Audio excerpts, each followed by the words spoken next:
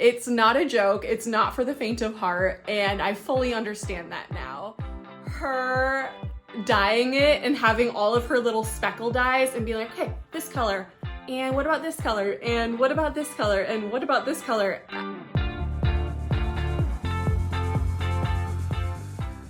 Hey everyone, welcome back to my channel. My name's Jackie and this is Jacque is Making, a place where I talk all about the knit garments that I'm creating. And today I have for you a really exciting episode. I have one finished object to show you, a tank that has just brought me so much summer joy. I can't even explain how much joy it's brought me.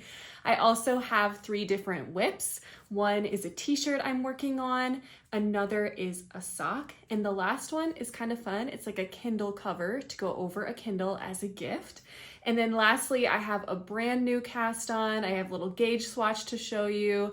And then I'm gonna be talking through what that next pattern is gonna be. And that's kind of be the end of my summer knitting. I am already so ready to get into autumn woolly knits.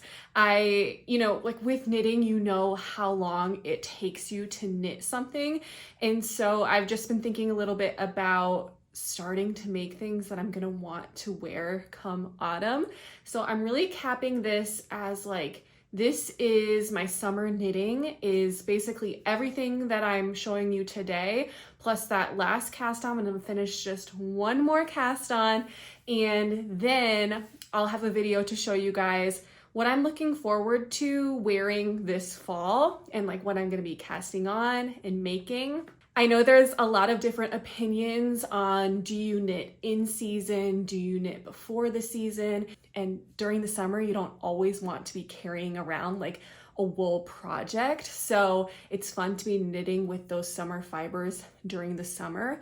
But I also don't only want to be knitting in the season and then have it end abruptly and then you don't even get to wear those items. I feel like this really happened to me with that Cumulus blouse I made, where that one that was made out of one strand of suri and one strand of mohair, I finished it once it really started getting hot, and I can wear it in the office, but it's something that you just do not want to be stuck outside with. So it makes me kind of sad every time I see it in my closet because I can't really wear it right now. So it's something I finished, but I've only worn a couple of times because it's just not really the season for it.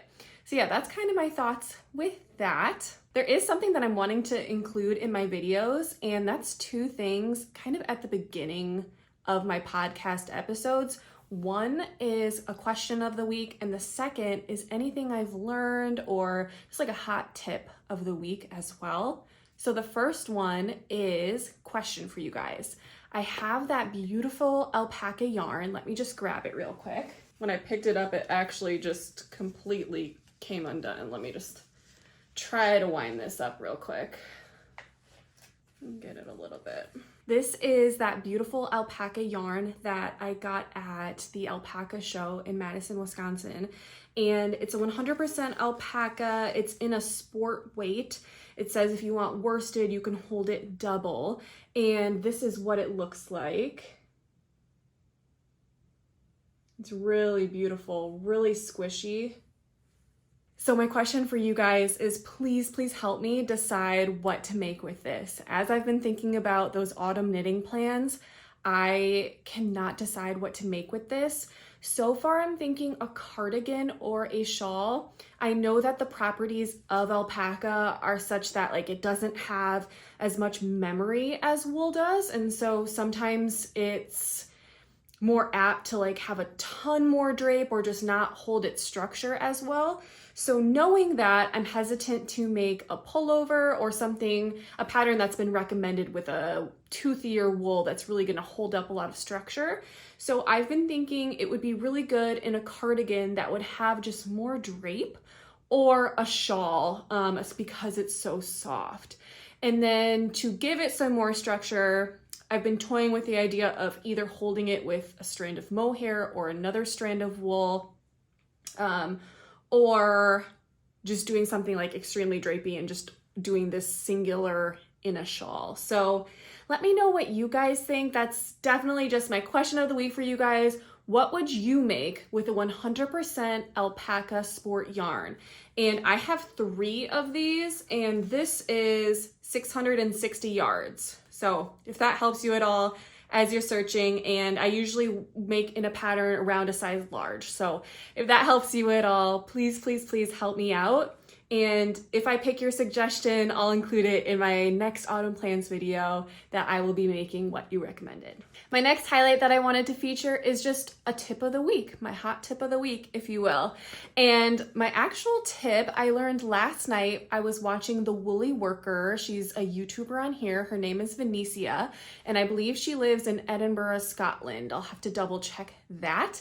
But she is one of my favorite YouTubers. She's a very fast maker, and she is just a very talented and skilled knitter.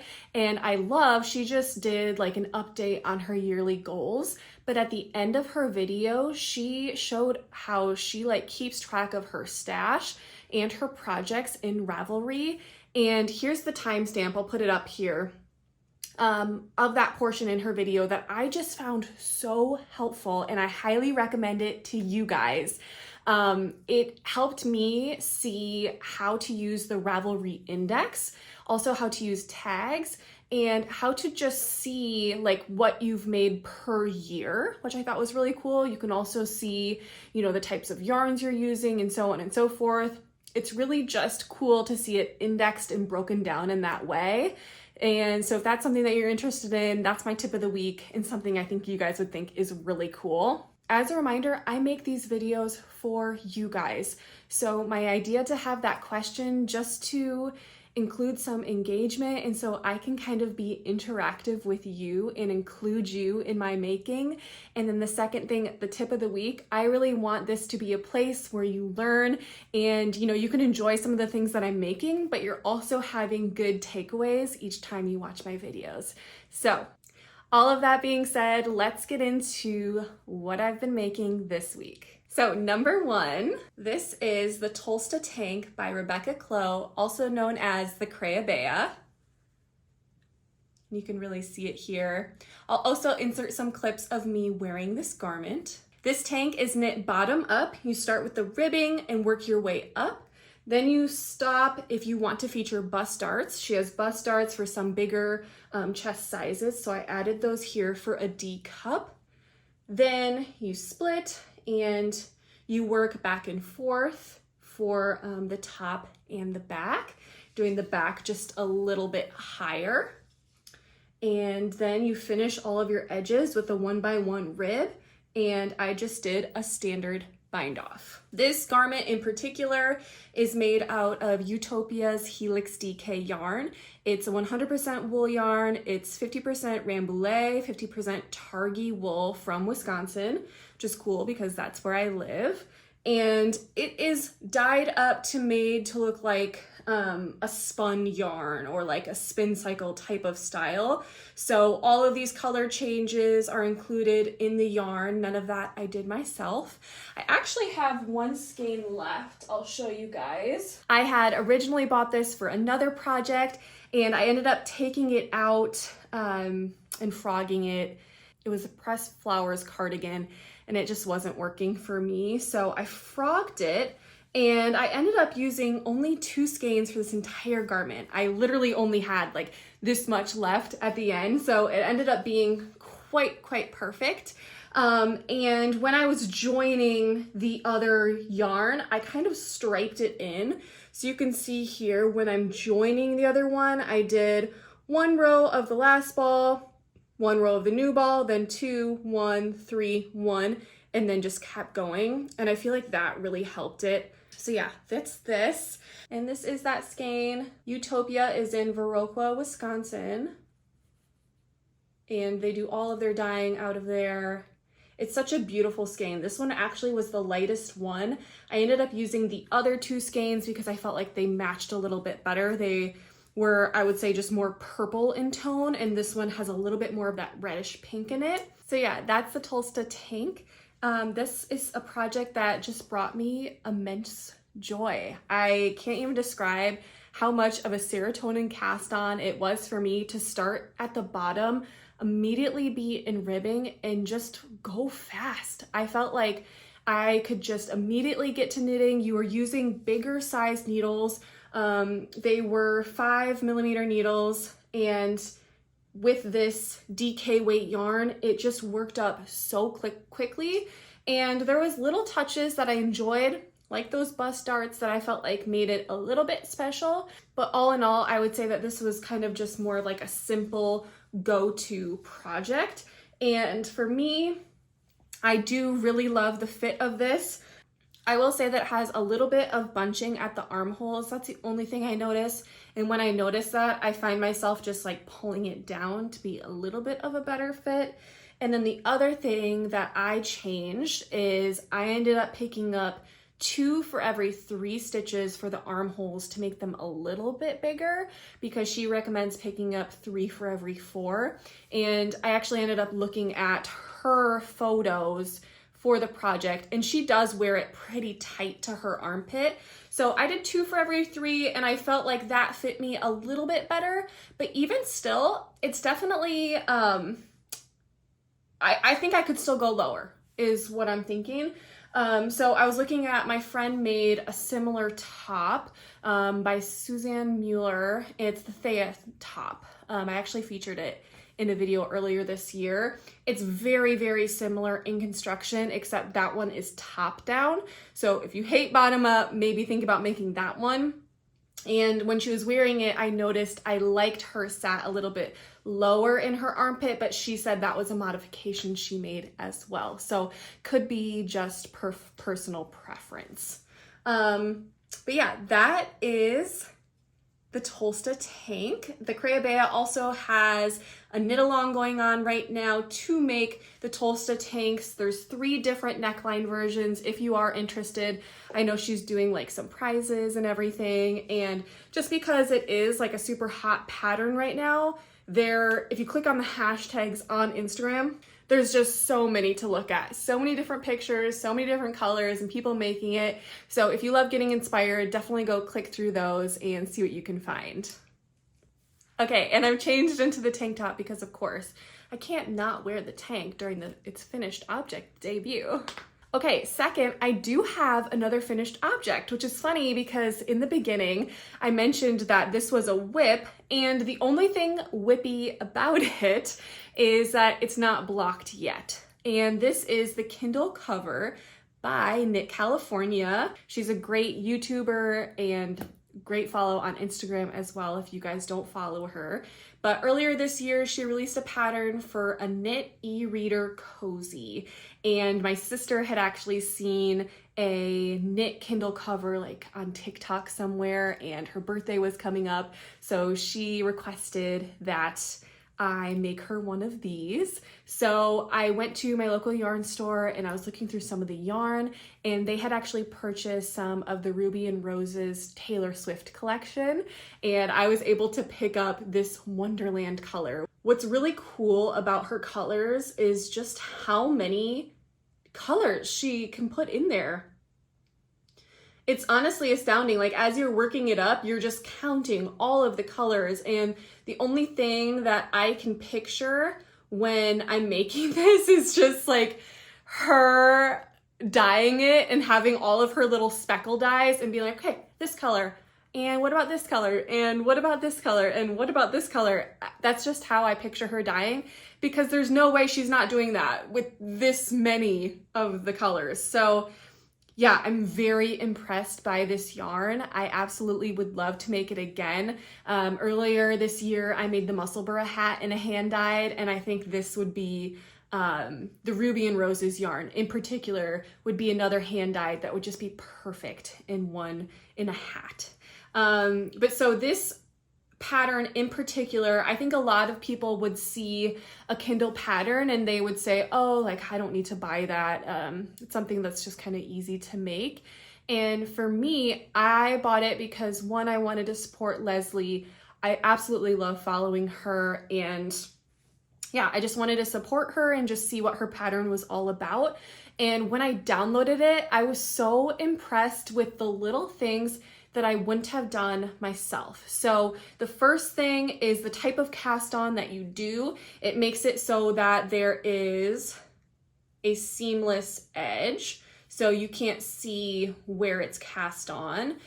And then I also love, she has 3 different finishing options for the top. There's a zipper option, a elastic option, and then there's also an option to do these snaps. So I ended up picking the snaps. I got these on Amazon. They're just gold snaps. They were super easy to sew in. She says that you can either use a fingering weight yarn to sew them in or just use like a needle and thread. So I just looked through my threads and I picked out like a lime green that I thought would look good. And I feel like it does look totally fine and great. So yeah, and then this is kind of like folded down and you sew it down. So it really just looks colorful, happy, and professional. And I'm really excited to gift this to my sister. And I'm also excited that I have enough yarn that I think I'm gonna be able to make myself one as well, which is really great. And now I have a million of these little snaps, so I'll have to find some other things to do with them in sewing, just to use them up. But yeah, I love the gold ones, totally recommend the snap version. And yeah, I'll have to report back on how my sister likes this, how it wears, like if it gets a lot of wear and tear with the yarn. But overall, I'm totally satisfied. It made a really good gift knit. If you wanted to get this done, it's absolutely like a 1 or 2 day project, which is always super satisfying and fun to do as well. Next, I have for you my Cumulus O-Neck version by Petite Knit. And we have quite a bit of progress. So I know I told you guys that I was gonna try this on for you this week. I think I'll wait 1 more week, see how much I can progress. And the reason being is because I've already had try it on tubing on this. I've taken it out and now I have my needles back in. So, and since I'm wearing a new garment already, this is your garment of the week and we'll try on this one next week. But yeah, here we go. So we have the sleeves. I ended up doing this like, I would say 1 inch above my elbow. We have a finished neckline here and both sleeves finished. This is in the Knitting for Olive Pure Silk in the colorway Cream. And then I have about, let's see, 2 inches completed after I split for sleeves. So what's funny about this is my nephew came this past weekend and he is 11 years old. He's about to be 12. And my husband had the realization that when he was 12, that was his first time seeing The Lord of the Rings and how much it changed his boyhood and his life. And he was forever impacted by Lord of the Rings. So once he had this realization, he said we had to watch the movies. And of course, he made us watch the extended version, which is 4 hours. So all I did this weekend, you guys, was knit on this. And showing you, all I have to show for it is 1 other sleeve and 2 inches of body. That is how long it takes to knit a fingering weight garment. It's not a joke. It's not for the faint of heart. And I fully understand that now. And it's kind of funny because it's made me kind of want to make a fingering sweater more, because while it's scary, it's still enjoyable. And it's also like, oh, I'm doing this, it's fine. You just have to commit to knowing it's gonna take longer. So you're obviously doing the exact same thing as making like a DK weight version of the item. It's just gonna take you longer. So I would love to like estimate my time and figure out how much longer is that? How many more weeks is the long? And then calculate like, is it worth it? And I posted this on my Instagram. If you guys don't follow me, by the way, I love to update you guys like during the week. So if you want more updates than just a weekly podcast, it's there. And I posted on there and so many of you were like, I know it's slow, but it's gonna be a timeless garment. It's gonna be something that's gonna get a lot of wear. And I absolutely feel that way. I'm glad I'm making it in a neutral color. It's in a staple sort of design, like a t-shirt design. So it's absolutely gonna get worn. And I already feel like the yarn is softening like as I'm holding it and moving it. So I'm excited about this silk yarn. I will say there is a little bit of yellowing to it in certain parts of it. And I can't remember if I've talked to you guys about this or not, but apparently with silk yarn, if you get any sort of sun exposure on it, it yellows it. And I definitely feel like that with a couple of portions because I knit it outside, not knowing, like I didn't know that it was gonna yellow. So yeah, I'm waiting to see, is that gonna be noticeable in person? And like I've told you guys before, I'm making this kind of thinking that I'm gonna have to dye it in the future. And if I did dye it, I think I would dye it maybe like a cream beige-ish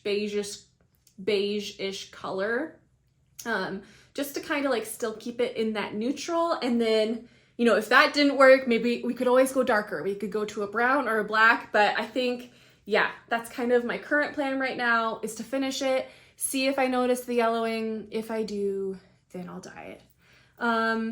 But yeah, so that's been this tee. The finishes are done with an I-cord.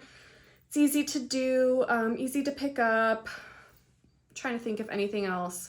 Other than that, it is just, right now I'm just in stockinette land on fingering weight yarn.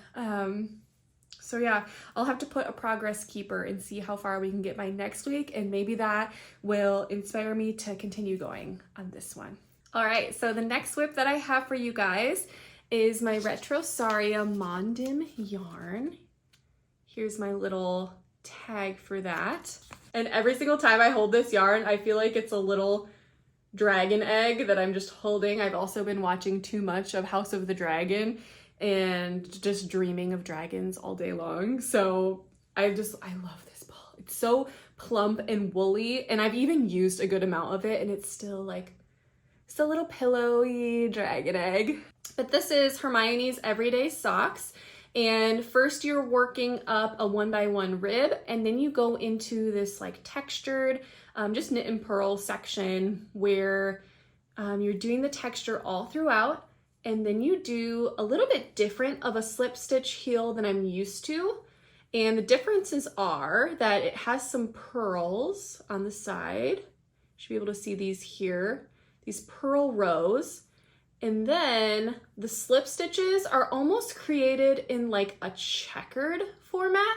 So in some slip stitch heels I've done that I think is the standard, is you're doing every other, and it almost looks more striped. And this is done in a more checkered manner in that you're still doing every other, but every other row. So like the first row, you're starting with a knit stitch, and the second row, you're starting with a slip stitch. So they just checker each other, if you will. So it's a little bit different, but it has been so fun for me to see. The pooling in this is so large. And then once I got to this slip stitch heel, it was like striping, so cool. And now that I'm getting into this bottom part, it has like a little bit of a smaller stripe. I actually got out a blocker. Let's see if I can put this on. Oh yeah, this is gonna be good.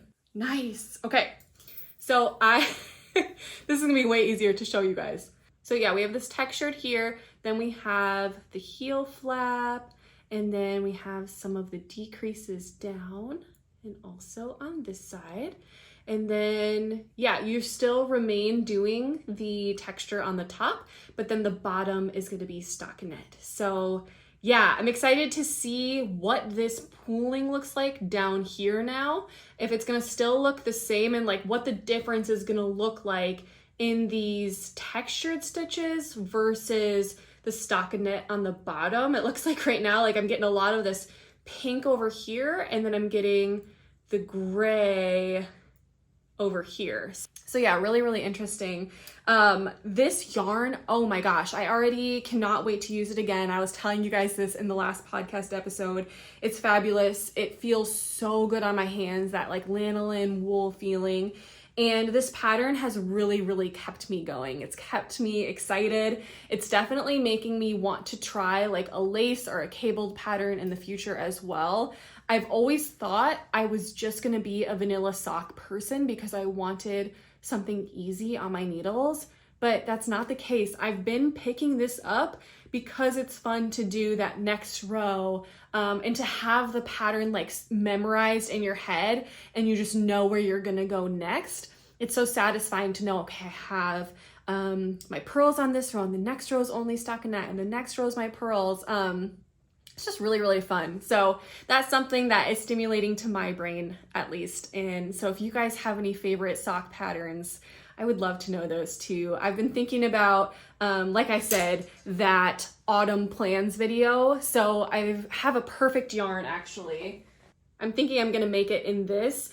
This is a local dyer for me. It's Four Crows Fibers, black and white and dyed all over. She is a very talented dyer in our area where she includes this like string of that checked black and white with the kind of like orange. So it would just be so perfect for the fall, very like fall, October, Halloween-y. And this is just an 80% super wash merino, 20% nylon yarn, and the colorway is Earth to Sky. And yeah, I would love to make socks out of this next for autumn and put that in my autumn plans, but I'm not totally sure what pattern to make. So I need to search Ravelry like fall socks, autumn socks. And I would love to find something that had like a leaf motif or something just like very traditional and fun. That's always fun for me to like get into the spirit and do something like that. Okay, and then lastly, I have for you a new swatch. And for this, I'm using Sandnes Garn Line in the colorway Slate. And this yarn is a blend of cotton, viscose, and linen, I'll believe. I'll put the markup up here. And I have swatched for it. And I actually hit gauge. And this is gonna be the Sabai top by Suzanne Mueller. And we'll just show you, has some really gorgeous drape. Really, really gorgeous drape. And I actually already just cast it on this morning too. So like not much to show here, obviously. I just have a neckline kind of cast on. But yeah, I'm really excited about this one. Like I mentioned at the start of this video, I wanted to round out my summer knitting with just one more tank top. And I really just wanting to try this yarn. I see it everywhere.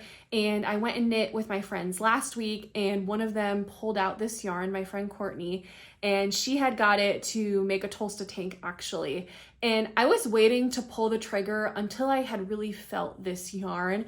And I felt her top and immediately went, okay, that's it.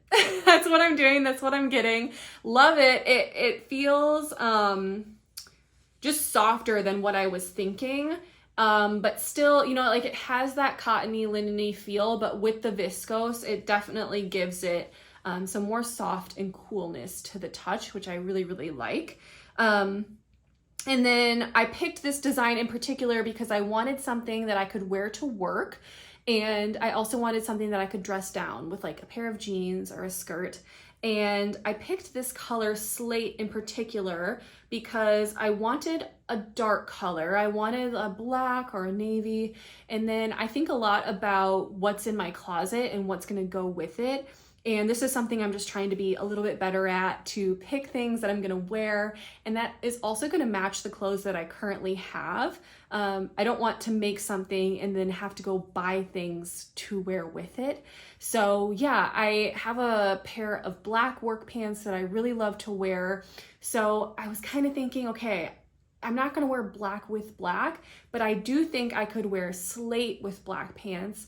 And I also think I could wear slate with a denim or slate with a light pant. I also have like a tan pant and a couple of other colors. So I was really just thinking through my wardrobe and what I would like to wear with this. And then that really helped me pick this color. So if you guys ever struggle with picking colors, you know, maybe just pick whatever screams out to you. Sometimes it's fun to just make a color that looks beautiful that you want to wear, but in a practical sense as well. If you're wanting a more practical garment, it is super helpful to just sit there and visualize your current clothes and imagine something pairing with it. And also thinking about like the colors and the garments that you like on yourself and you like visually on yourself. That's something that helped me as I was picking this out as well.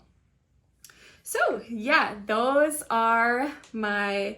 that's pretty much everything that I have for you today for the podcast episode. This was really like an acquisition and a cast on all in one. And this is gonna really like take me to the end of July to finish out my summer projects. And then hopefully we can start August thinking about autumn and like progressing towards that. So next week, I'm hoping to present a video to you guys that's gonna be my autumn knitting plans, where I'll walk through all the things that I'm wanting to knit and the yarn that I'm gonna use for it. So if that's something that you'd be interested in, I'd love if you hit subscribe. And if you'd like, you can also hit that bell button. That will just notify you, like give you a little notification on your phone each time I upload so that you never miss a video from me. I would love if you guys answered that question I asked in the beginning of this. If you are interested, if you love looking through Ravelry or recommending me a pattern that you've recently made, it would be of so much help to me. And other than that, I hope that you guys have a great rest of your week and that you're staying cool in this warm and stormy July. And of course, as always, thank you so much for watching. I can't wait to hang out with you again next week. Bye-bye.